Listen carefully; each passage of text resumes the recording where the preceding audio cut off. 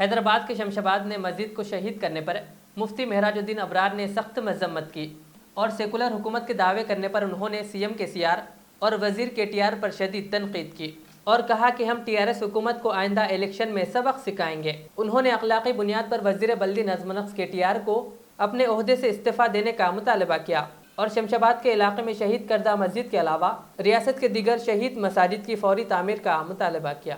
ورحمۃ اللہ وبرکاتہ۔ ابھی ہمارے جمعیت علماء تلنگانہ آندھرا کے جنرل سیکریٹری صاحب نے جو بات کہی ہے وہ 100% صحیح ہے۔ ہماری ریاست اور اس کے چیف منسٹر اور ان کے فرزند عزیز کے ٹی آر یہ اپنے آپ کو سیکولر ظاہر کرتے ہیں، لیکن ان کے دور حکومت میں پورے ہندوستان میں حالانکہ تعصب کی جو حکومتیں ہیں، چاہے وہ یو پی کی حکومت ہو یا دوسری جگہ ہو، اتنی مسجدیں شہید نہیں ہوئی جتنی یہاں شہید ہوئی، اور مختلف بہانے سے ہوئی۔ کبھی ایئرپورٹ کا مسئلہ آیا، کبھی سیکریٹریٹ کا مسئلہ آیا، کبھی ہائی وے کا مسئلہ آیا، اور وہ حکومت پر جب پریشر پڑا تو وعدے بھی ہوئے لیکن پورے وعدے وفا نہیں ہوئے۔ اللہ ان کو ہدایت دے وعدے وفا کرنے کی۔ یہ جو مسجد ہے، یہ مسجد ایک کالونی میں ہے، نہ تو یہ کسی ہائی وے پہ آ رہی، نہ کسی سیکریٹریٹ میں آ رہی، نہ کسی ایئرپورٹ پہ آ رہی۔ خواہ مخواہ چند لوگوں کی اعتراض کی وجہ سے اس مسجد کو شہید کر دیا گیا۔ اس سے پتہ چل رہا کہ ہمارے جو وزیر بلدی نظم و نسق ہیں کے ٹی آر، جو آگے چل کے پوری ریاست سنبھالنے کے خواب دیکھ رہے ہیں، ان کا بلدیہ پہ بھی کوئی کنٹرول نہیں ہے، ان کی حکومت پہ بھی کوئی کنٹرول نہیں ہے۔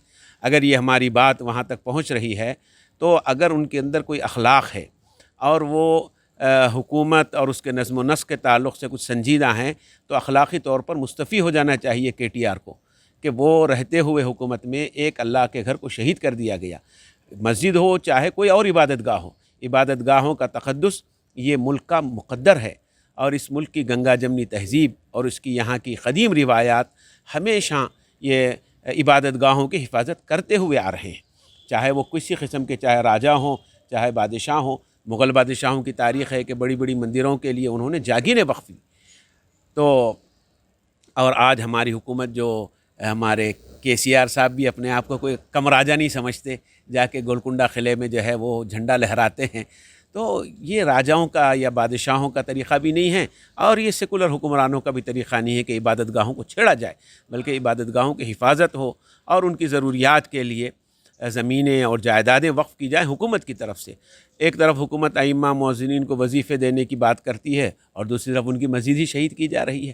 اس پر کے سی آر کو بھی اور کے ٹی آر کو بھی فوراً سخت ایکشن لینا چاہیے کہ بلدیہ میں ایسے کون سے عہدیدار ہیں اور پولیس میں کون سے عہدیدار ہیں جو حکومت کو بدنام کرنا چاہتے ہیں اور حکومت کی چھبی کو خراب کرنا چاہتے ہیں کہ وہ مسلم دشمن حکومت ظاہر ہو، تاکہ جو ہے یا تو خود کے ٹی آر مستعفی ہو یا نہیں تو یہ جو بلدیہ کا عہدیدار ہے میونسپل کا جس نے جا کے یہ حرکت کی، لیکن حکومت سرِ دست فوراً ایکشن میں آئے، پہلے اس کو برخاست نہیں بلکہ معطل کر کے گرفتار کیا جائے اور قانونی چارہ جوئی کی جائے کہ بھئی اتنی بات عام کامن سینس کی ہے کہ ایک مسجد تعمیر ہو رہی، رات رات تو نہیں ہوگی نا، کئی برس سے مسجد تعمیر ہو رہی، اب تک کیا بلدیہ سو رہی تھی اور اچانک رات میں خواب آیا آپ جا کے گرا رہے؟